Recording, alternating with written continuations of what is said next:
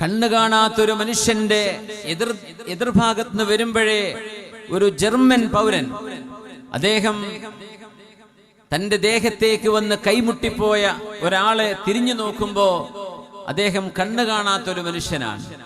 ആ മനുഷ്യൻ ഇദ്ദേഹത്തിന്റെ കൈപിടിച്ചു, ഒരുപാട് സോറി പറഞ്ഞു. പക്ഷെ ജർമ്മൻകാരന് അദ്ദേഹത്തിന്റെ അൽബേനിയൻ ഭാഷ അറിയില്ല, ഇയാൾക്ക് ജർമ്മനും അറിയില്ല.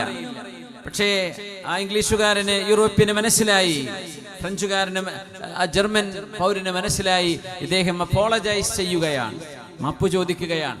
തട്ടിപ്പോയത് പൊറുക്കണേ, ഞാൻ അറിഞ്ഞില്ല എന്ന് പറയാ. കണ്ണു കാണാത്ത ഒരു പ്രായമായ മനുഷ്യൻ. അദ്ദേഹം പറഞ്ഞു, എങ്ങനെയൊക്കെയോ പറഞ്ഞൊപ്പിച്ചു, നിങ്ങൾ എൻ്റെ വീട്ടിലേക്ക് എൻ്റെ കൂടെ വരണം. എന്നിട്ട് അയാളെ കൈപിടിച്ചു, അദ്ദേഹത്തിന്റെ വീട്ടിൽ കൊണ്ടുപോയി. തൊട്ടടുത്ത് തന്നെ ഈ അന്ധനായ മനുഷ്യൻ, അയാൾ അറിയാതെ വഴിയിലൂടെ കടന്നു പോകുന്ന ഒരു ടൂറിസ്റ്റിന്റെ ഒരു വിനോദസഞ്ചാരിയുടെ ദേഹത്ത് കൈതട്ടിപ്പോയതാണ്. അദ്ദേഹത്തിന് കണ്ണു കാണില്ലായിരുന്നു. പക്ഷേ അതിനുപോലും മാപ്പ് പറയാൻ, അതിനെ സൽക്കരിക്കാൻ അദ്ദേഹം തൻ്റെ ഈ സ്ട്രേഞ്ചറായ ജർമ്മൻകാരനെ കൊണ്ടുപോയി വീട്ടിൽ കൊണ്ടുപോയി ഭക്ഷണം കൊടുത്തു, പാനീയങ്ങൾ കൊടുത്തു, എന്തൊക്കെയോ അറിയുന്ന രീതിയിൽ കുശലാന്വേഷണങ്ങൾ അവരും മക്കളും കുടുംബവും ഒക്കെ നടത്തി. അതിനിടയ്ക്ക് അദ്ദേഹത്തിന് പ്രാർത്ഥനാ സമയമായപ്പോൾ അദ്ദേഹം നിസ്കരിക്കാൻ വേണ്ടി നിന്നു. ഈ ജർമ്മൻ ചോദിച്ചു, എന്താണ് ഇത്, എന്താണ് ഈ ചെയ്തുകൊണ്ടിരിക്കുന്നത്? അങ്ങനെ ആരൊക്കെയോ ഇങ്ങനെയൊക്കെയോ ട്രാൻസ്ലേറ്റ് ചെയ്തു കൊടുത്ത് അദ്ദേഹത്തിന് അറിയിച്ചു കൊടുത്തു, ഇത് ഇസ്ലാമിലെ നിസ്കാരമാണ്. 5 നേരം മുസ്ലിമീങ്ങൾ നിസ്കരിക്കുന്നുണ്ട്, ആ പ്രാർത്ഥനയാണിത്. അദ്ദേഹം അത്ഭുതപ്പെട്ടു. തൻ്റെ ആത്മകഥയിൽ അദ്ദേഹം രേഖപ്പെടുത്തി, ഞാൻ ഇസ്ലാം സ്വീകരിക്കാൻ കാരണമായത് ആന്ധനായ മനുഷ്യന്റെ ആ വീട്ടിലെ നിസ്കാരമായിരുന്നുവെന്ന്. അദ്ദേഹം പിന്നീട് ഇസ്ലാം സ്വീകരിച്ചു. ദീൻ വളരുകയാണ്. ചെറിയ കൊച്ചു കൊച്ചു ഉദാഹരണങ്ങൾ, ദീൻ വളരുകയാണ്. ഉസ്ബെക്കിസ്ഥാനിൽ നിന്ന് ഉംറ ചെയ്യാൻ വന്ന ഒരു സാധു പ്രായമായ മനുഷ്യൻ സൗദി അറേബ്യയിലെ ഒരു പണ്ഡിതനെ കണ്ട് എങ്ങനെയൊക്കെയോ പറഞ്ഞൊപ്പിച്ചു, എനിക്ക് ഉംറ ചെയ്യാൻ പറ്റുന്നില്ലല്ലോ, ഞാൻ എന്താ ചെയ്യേണ്ടത്? നിങ്ങൾ ഉംറ ചെയ്തോ എന്ന് ചോദിച്ചു. എന്നെ കൊണ്ടാവുന്നില്ല എന്ന് പറഞ്ഞു. ഞാൻ 7 പ്രാവശ്യം ചുറ്റാൻ നോക്കി, എന്നെ കൊണ്ട് 7 ആവുന്നില്ല, ഞാനിപ്പോ 2 പ്രാവശ്യമായിട്ടേ ഉള്ളൂ.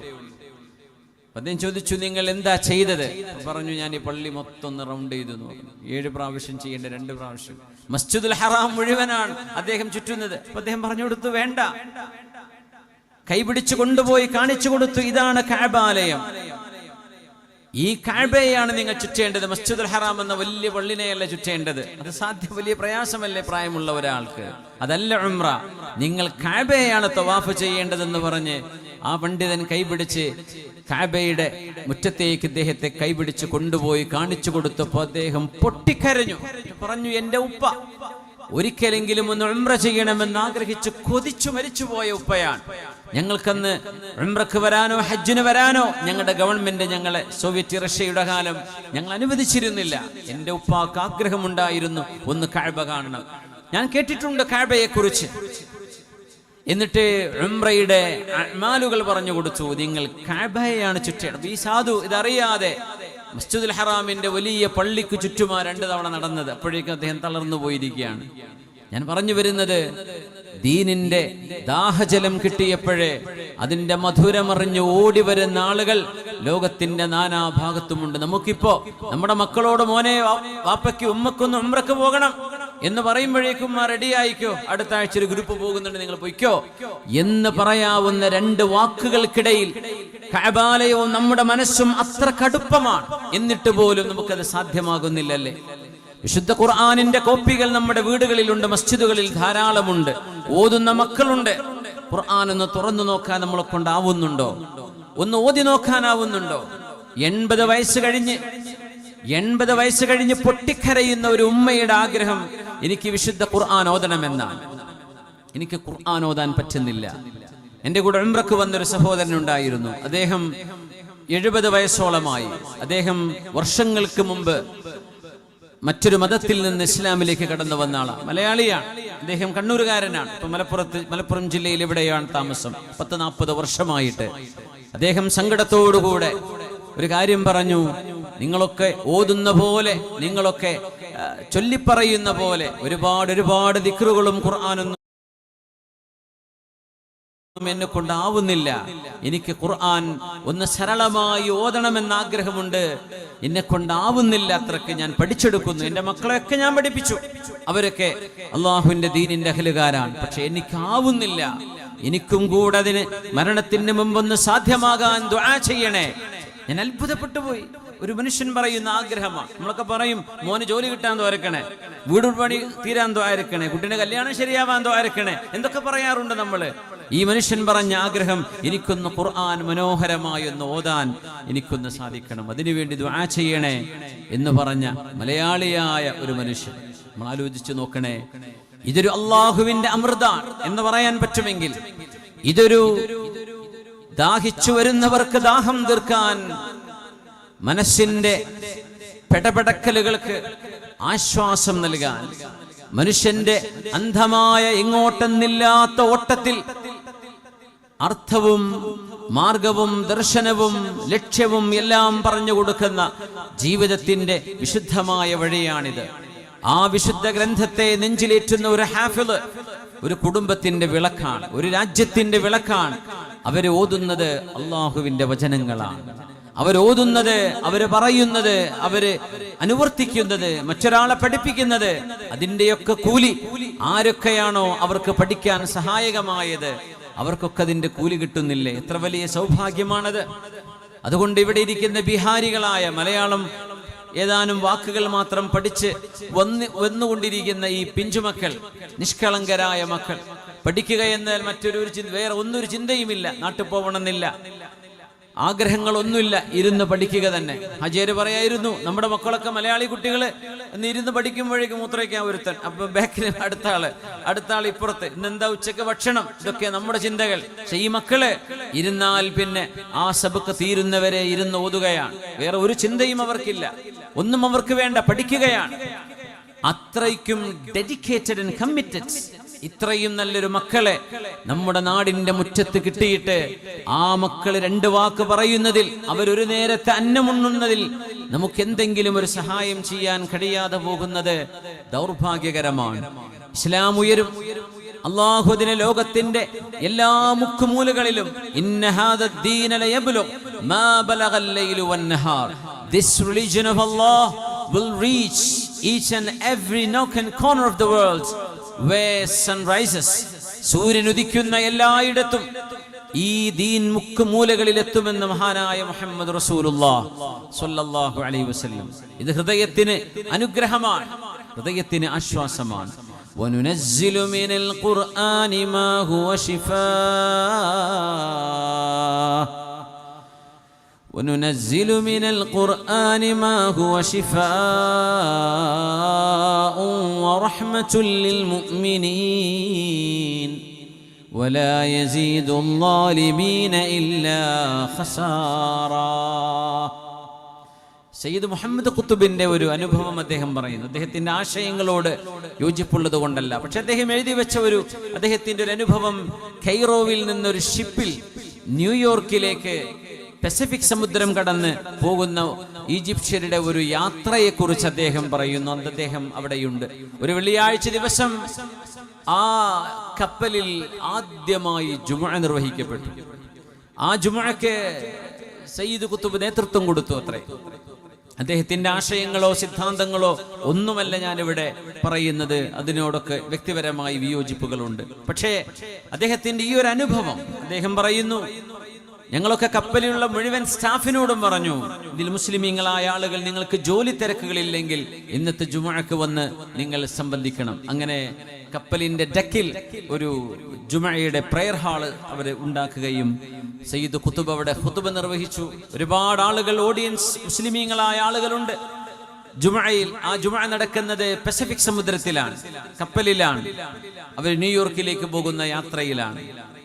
അങ്ങനെ ഈ കാഴ്ച കാണാൻ കപ്പലിൽ യാത്രക്കാരായ ഒരുപാട് ഇംഗ്ലീഷുകാരുണ്ട്. അവരൊക്കെ നോക്കി നിൽക്കുകയാണ്.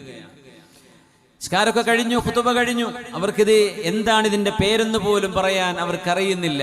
അവർ പറയുന്നു, നിങ്ങളുടെ ഈ പരിശുദ്ധ കാവ്യം ഞങ്ങൾക്ക് വളരെ ഇഷ്ടമായി. അതിൽപ്പെട്ട ഒരു ഉമ്മ, ഒരു സ്ത്രീ, പോളണ്ടുകാരിയായ ഒരു സ്ത്രീ, അവര് വന്നിട്ട് സയ്യിദ് ഖുതുബിനോട് ചോദിച്ചു അത്രേ, നിങ്ങൾ എന്താണ് നിങ്ങൾ ഈ ചൊല്ലിയത്? ഈ ഭാഷ ഞങ്ങൾക്കറിയില്ല. ഇത് അറബി ഭാഷയിലാണ്. പക്ഷേ നിങ്ങൾ അതിൻ്റെ ഇടക്ക് നിന്ന് പ്രാർത്ഥിച്ചപ്പോൾ ചൊല്ലിയത് നിങ്ങൾ പറഞ്ഞ സാധാ അറബി പോലെ അല്ലല്ലോ. അതിന് വ്യത്യസ്തതയുണ്ടല്ലോ, അതിനൊരു മധുരിമയുണ്ടല്ലോ, അതിനെന്തോ ഒരു ഇൻഫ്ലുവൻസ്. അത് കേൾക്കുമ്പോൾ it is so soothing to mind. ഞങ്ങൾക്ക് എന്തെന്നില്ലാത്ത ഒരു അനുഭവഭേദ്യമായ ഒരു വചനങ്ങളൊക്കെ നിങ്ങൾ അതിനിടക്ക് ചൊല്ലിയല്ലോ എന്ന് ചോദിച്ചു. ആ ഉമ്മ ചോദിച്ചത്, ആ വൃദ്ധയായ ഇംഗ്ലീഷുകാരി ചോദിക്കുന്നത് വിശുദ്ധ ഖുർആനെ കുറിച്ചാണ്. അപ്പൊ അദ്ദേഹം പറഞ്ഞു കൊടുത്തു, ഞങ്ങൾ സംസാരിക്കുന്ന ഭാഷ, ഖുത്ബയുടെ ഭാഷ അറബിയാണ്. പക്ഷെ അതിനിടക്ക് ഞാൻ ചൊല്ലിയത് വിശുദ്ധ ഖുർആനിലെ സ്റ്റേറ്റ്മെന്റുകളാണ്, വിശുദ്ധ ഖുർആനിന്റെ വചനങ്ങളാണ്. അവർ ചോദിച്ചു, നിങ്ങൾ ഒന്നുകൂടെ ഒന്ന് ഓതിത്തരുമോ? കപ്പലിൽ ദിവസങ്ങൾ എടുക്കുന്ന യാത്രയാ, കെയ്റോ ടു ന്യൂയോർക്ക്. നിങ്ങൾ ആലോചിച്ച് നോക്കണം, മെഡിറ്ററേനിയനും കടന്ന് പസഫിക്കും കടന്ന് അങ്ങ് എത്തണം. അങ്ങനെ ആ ഒരു യാത്രയിൽ ആ സ്ത്രീ ചോദിച്ച ചില ചോദ്യങ്ങൾക്ക് മറുപടിയായി വിശുദ്ധ ഖുർആന്റെ വചനങ്ങൾ ഓതിക്കൊടുത്തപ്പോ ആ ഉമ്മയുടെ കണ്ണിന്ന് കണ്ണുനീര് വന്നത് അദ്ദേഹം ശ്രദ്ധിച്ചു. ആ ഉമ്മ വിശുദ്ധ ഇസ്ലാമിന്റെ മനോഹരമായ മുറ്റത്തേക്ക് വന്നു. ആ ഉമ്മ ഇസ്ലാം സ്വീകരിച്ചു, വിശുദ്ധ ഖുർആൻ പഠിച്ചു. അവരെ വിശുദ്ധ ഖുർആനിലേക്കും ദീനിലേക്കും വരാനുണ്ടായ സാഹചര്യത്തെക്കുറിച്ച് അവര് ലേഖനം എഴുതി. അതിന്റെ ഉൾസാരം വിശുദ്ധ ഖുർആൻ കേൾക്കാൻ കിട്ടിയ അവസരമായിരുന്നു. നമ്മളിത് കേൾക്കുന്നുണ്ടോ? എന്റെ പ്രിയപ്പെട്ട മക്കളോട് ചോദിക്കാൻ, നമ്മുടെ മക്കളൊക്കെ പാട്ട് പാടുന്നു. എന്തൊക്കെ പാട്ടുകളാണ്! ഇല്ലൂമിനാറ്റി പാട്ടുകൾ. കുട്ടികളുടെ നാവിലൊക്കെ അതാണ്. മക്കളെ, എന്താ ഇല്ലൂമിനാറ്റി എന്ന് പറഞ്ഞാൽ അറിയോ? എന്താ ഇല്ലൂമിനാറ്റി? മലയാളത്തിൽ, മലയാള ഭാഷയില് മലയാളി സിംഗർമാർ പുതിയ ട്രെൻഡുകൾ കൊണ്ടുവരുന്ന അവർക്ക് പോലും അറിയൂ എന്ന് എനിക്കറിയില്ല. എന്താണ് ഇവർ പറയുന്നത്? ഇല്ലൂമിനാറ്റി എന്ന് പറയുന്നത് തീ കൊണ്ട് സൃഷ്ടിക്കപ്പെട്ട പിശാചുക്കൾക്ക് പറയുന്ന ഇംഗ്ലീഷുകാരനിട്ട പേരാണ് Illuminati. തീന്റെ وخلق الجان من مارج من نار. Allah created jinns from the smokeless flame of fire. ആ തീയിൽ നിന്നുണ്ടാകുന്ന വെളിച്ചത്തിൽ നിന്ന് എന്നതിന് അർത്ഥം കൊടുക്കാറുണ്ടെങ്കിലും തീ കൊണ്ടുണ്ടാക്കപ്പെടുന്ന ജിന്നുകൾക്കോ ഭൂതങ്ങൾക്കോ പിശാചുക്കൾക്കോ പറയുന്ന പേരാണ് ഇല്ലൂമിനാറ്റി. എന്നിട്ട് പറയുന്ന ആ വരികളൊക്കെ എനിക്ക് കേൾക്കാനിടയായി. ഞാൻ അത്ഭുതപ്പെട്ടു, മലയാളത്തിലാണോ ഇതൊക്കെ പറയുന്നത്? ചോരയുടെയും സ്കള്ളിന്റെയും കഥ പറഞ്ഞ്, മദ്യത്തിന്റെയും ലഹരിയുടെയും വചനങ്ങൾ നമ്മുടെ മക്കൾ ഇതൊക്കെ പാടിക്കൊണ്ടിരിക്കുകയാണ്. പിശാചിനെ ആവാഹിക്കുന്ന വാക്കുകൾ, പൈശാചികതയെ ഉത്തേജിപ്പിക്കുന്ന ചിന്തകൾ, ഇതൊക്കെ സൂചിപ്പിക്കുന്ന ചില സാംസ്കാരികമായ വേദനാജനകമായ ചില തലങ്ങളുണ്ട് എന്ന് പറയാതെ വയ്യ. വിശുദ്ധ ഖുർആൻ നമ്മുടെ മുമ്പിലുണ്ടായിരിക്കെ നമ്മുടെ മക്കളുടെ നാവിലൂടെ വിശുദ്ധ ഖുർആനിന്റെ മനോഹരമായ വല്ലുഹാ വല്ലൈലി ഇദാ സജാ മാ വദ്ദഅക റബ്ബുക വമാ ഖലാ വലൽ ആഖിറതു ഖൈറുൽ ലക മിനൽ ഊലാ. എത്ര മനോഹരമാണ് ഖുർആൻ. അത് ഓതാൻ നമുക്ക് സമയമില്ലല്ലേ, കേൾക്കാൻ നമുക്ക് സമയമില്ല. ഈ ഇല്ലൂമിനാറ്റി പാടാനും ചാടാനും കേൾക്കാനും പ്ലേ ചെയ്യാനും. വീണ്ടും ഇന്ന് ഞങ്ങൾ സുൽത്താൻ ബത്തേരിയിൽ നിന്ന് രാവിലെ ഉച്ചയ്ക്ക് അവിടെ നിന്നാണ് വരുന്ന വഴിക്ക് ടൂറ് പോകുന്ന ഒരുപാട് ബസ്സുകളുണ്ട്. അതിലൊരു ബസ്സിൽ ഞാൻ ഇത് ശ്രദ്ധിച്ചു, ഈ പാട്ട് പാടിക്കൊണ്ടിരിക്കുകയാണ്. ഭയങ്കര ചാട്ടവും DJ എന്തൊക്കെയാ. ഇല്ലൂമിനാറ്റി, പിശാച്ച് പിശാച്ച് എന്നായി പറയുന്നത്. പിശാച്ച്, ശൈത്താന്മാർ. നമ്മുടെ മക്കൾക്ക് അറിയില്ലായിരിക്കും എന്തായി പറയുന്നത്. പുതിയ പാട്ടാണ്, പുതിയ ട്രെൻഡാണ്. അത് പാടുന്ന ആളുകളെ കുറിച്ച്, അവരുടെ കരിയറിനെ കുറിച്ചൊന്നുമില്ല ഞാൻ പറയാം. പാട്ടിന്റെ കണ്ടന്റുകളിൽ ചില വിഷവിത്തുകൾ അടങ്ങിയിരിക്കുന്നുണ്ട് എന്ന് പോലും അറിയാതെയാണ് യുവജനങ്ങൾ ഇതിന്റെ പിന്നാലങ്ങ് ചാടിക്കൂടുന്നത്. നമ്മൾ പറയുന്ന വാക്കുകൾ ഇന്ന സമഅ വൽ ബസറ വൽ ഫുആദ കുല്ലു ഉലൈക കാന അൻഹു മസ്ഊലാ. നിങ്ങൾ കേൾക്കുന്നതും ആലോചിക്കുന്നതും ഇതിനെക്കുറിച്ചെല്ലാം നാളെ വിചാരണയുടെ നാളിൽ അല്ലാഹു നിങ്ങളോട് ചോദിക്കുക തന്നെ ചെയ്യും. എന്താ നിങ്ങൾ കേട്ടത്? എന്തായിരുന്നു നിങ്ങൾ? ഏതൊക്കെ റീലുകളാണ്, ഏതൊക്കെയാണ് നിങ്ങൾ സ്ക്രോൾ ചെയ്തത്? ഏതൊക്കെയാണ് നിങ്ങളുടെ കണ്ണുകളെ കൊണ്ട് കണ്ടത് എന്ന്. വൽ ബസറ, നിങ്ങളുടെ കണ്ണുകളെ കുറിച്ച് നാളെ ചോദ്യമുണ്ട്. ഇന്ന സമഅ, കേൾവിയെക്കുറിച്ച് ചോദ്യമുണ്ട്. വൽ ഫുആദ്, മനസ്സിലേക്ക് നിങ്ങൾ കോറിയെടുത്ത ചിന്തകളെ കുറിച്ചും നാളെ ചോദ്യമുണ്ട്. കുല്ലു ഉലൈക കാന അൻഹു മസ്ഊലാ, ഇതിനെക്കുറിച്ചെല്ലാം നാളെ ചോദ്യമുണ്ടെന്ന് പരിശുദ്ധ ഖുർആൻ.